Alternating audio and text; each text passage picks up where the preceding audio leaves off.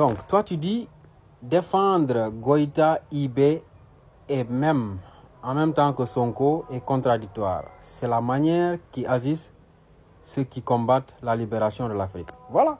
Je vais te montrer que tu es stupide, que tu es un fanatique de Franklin Nyamsi. Tu as perdu ton cerveau il y a longtemps. Alors, dis-moi, pourquoi Franklin Nyamsi qui se réclame panafricaniste, pourquoi en 2010, il a soutenu Alassane Ouattara et Guillaume Soro en complicité avec la France pour venir créer la guerre en Côte d'Ivoire et destituer Laurent Gbagbo. Laurent Gbagbo, tout le monde sait que c'est un panafricaniste. Il a toujours été un panafricaniste. Mais pourtant, Franklin Nyamsi a soutenu Guillaume Soro et Alassane Ouattara qui sont venus destituer Gbagbo. Donc dis-moi, où est la logique? Est-ce qu'un panafricaniste va soutenir quelqu'un qui n'est pas panafricaniste? Quelqu'un qui travaille pour la France pour venir destituer un panafricaniste comme Gbagbo? Ok? Donc explique-moi ce phénomène. Jusqu'à aujourd'hui, Guillaume Soro qui ne se réclame pas panafricaniste, tu ne verras jamais une déclaration de Guillaume Soro où il dit « je suis panafricaniste ». Ok? Franklin Nyamsi se dit jusqu'à aujourd'hui qu'il est conseiller politique de Guillaume Soro. Donc explique-moi maintenant. Comment est-ce possible?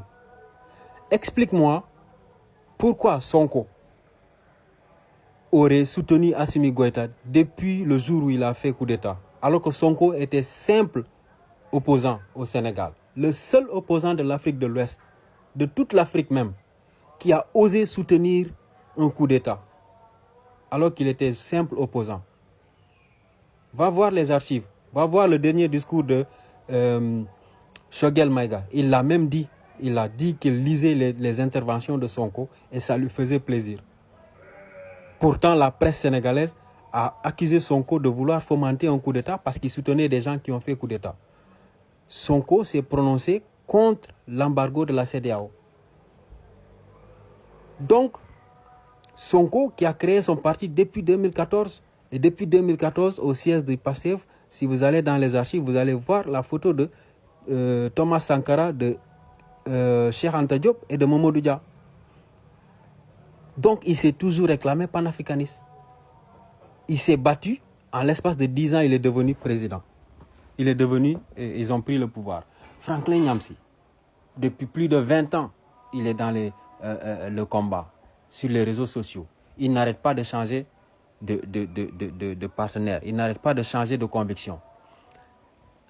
Comparé à Franklin Nyamsi, en 2020, quand Assimi Goïta a fait coup d'État, Franklin Nyamsi a fait une déclaration, un live, c'est surtout même en ligne en ce moment. Un live, il dit qu'Assimi Goïta est un opportuniste, c'est un ignorant qui est venu en tout cas kidnapper la révolution malienne. Il dit qu'Assimi Goïta ne mérite pas d'être président, il est un usurpateur, il est un ignorant, un ignare, qui n'est pas panafricaniste. Il a dit tout ça. Aujourd'hui, il veut aller au Mali se faire passer pour l'ami de Assimi Goïta. Donc, la preuve que cet homme-là, sans compter le fait qu'il a la nationalité française, qu'il vit en France. Regardez ce que la France a fait à Kémy Séba. Pourquoi ils ne font pas ça à Franklin Nyamsi? Pourtant, il est plus agité que Kémy Séba. Kémy Séba ne vit plus en France depuis combien d'années? Il est au Bénin. Ok? Kémy Séba vient de déchirer le passeport français. Franklin Nyamsi est un professeur. Il fait partie de la fonction publique française. Il est marié à une femme française blanche. Ok? Il a des enfants qui ont la nationalité française. Franklin Nyamsi a le passeport français. Au Cameroun, depuis plus de 20 ans, Franklin Nyamsi fait sa politique de chacal là, mais il n'ira jamais au Cameroun pour fonder un parti panafricaniste. Alors que les gosses comme Bassirou Diomaye et Sonko ici, en l'espace de 10 ans, ils ont formé un parti et se sont battus aujourd'hui, ils sont au pouvoir. Lui, qu'est-ce qu'il fait, Franklin Nyamsi? Il se permet de se promener dans toute l'Afrique de l'Ouest. Il ne va jamais en Afrique centrale. Hein. C'est seulement en Afrique de l'Ouest.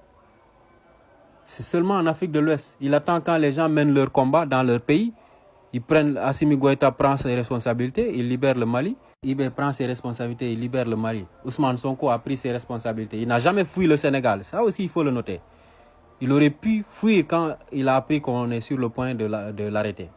Il s'est basé au Sénégal. Il a servi le Sénégal pendant 15 ans.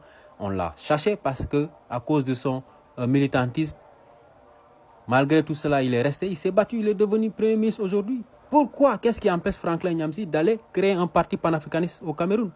En 2025, il y aura des élections au Cameroun. Pourquoi Franklin Nyamsi ne va pas au Cameroun pour, en tout cas, participer aux élections? Ou bien, s'il ne veut pas participer, il n'a qu'à aider des jeunes Camerounais panafricanistes qui sont motivés, qui ont la capacité. Il n'a qu'à les financer. Il n'a qu'à faire leur promotion. Non, il ne le fera jamais. Le panafricanisme, c'est un engagement politique sur le terrain. Cheikh Anta Diop, à un moment donné, il est revenu au Sénégal et il a créé son parti politique. Même si ça n'a pas abouti, mais au moins il a fait la politique, concrètement. Lumumba avait un parti, il a allé à la conquête. Kourouma, ils étaient dans le syndicalisme. À un moment donné, ils sont entrés en politique. Sékou Touré, même chose. Tous les panafricanistes, à un moment donné, ils ont pris leurs responsabilités, ils sont descendus sur le terrain et ils ont fait la politique. Pourquoi celui-là, il est sur les réseaux sociaux, il cherche l'argent matin, midi, soir, en s'attaquant à des hommes politiques. Tantôt, il est avec eux. Quand ils ne veulent pas lui payer de l'argent ou bien ils ont un petit problème, il se retourne contre eux. Donc, allez faire les éloges de votre guide spirituel.